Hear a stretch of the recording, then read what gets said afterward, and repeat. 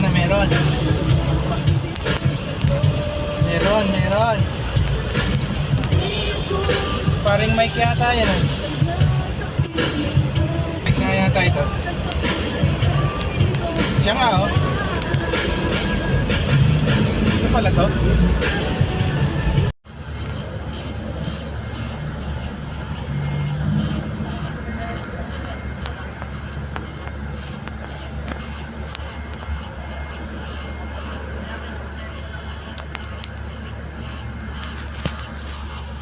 Ayan ang mga tuyo-tuyo. Manok-manok. Ako nadala ko yung cooler sa dahil pala nadala ko yun.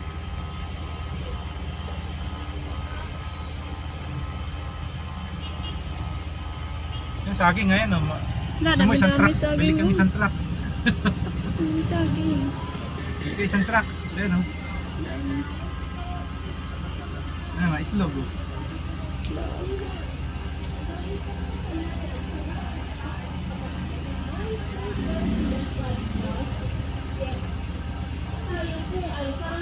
At pinag-upulan tayo ng pag-ibig ng Diyos. At sa umagang ito, mga kaibigan, ito po ang salita ng Diyos.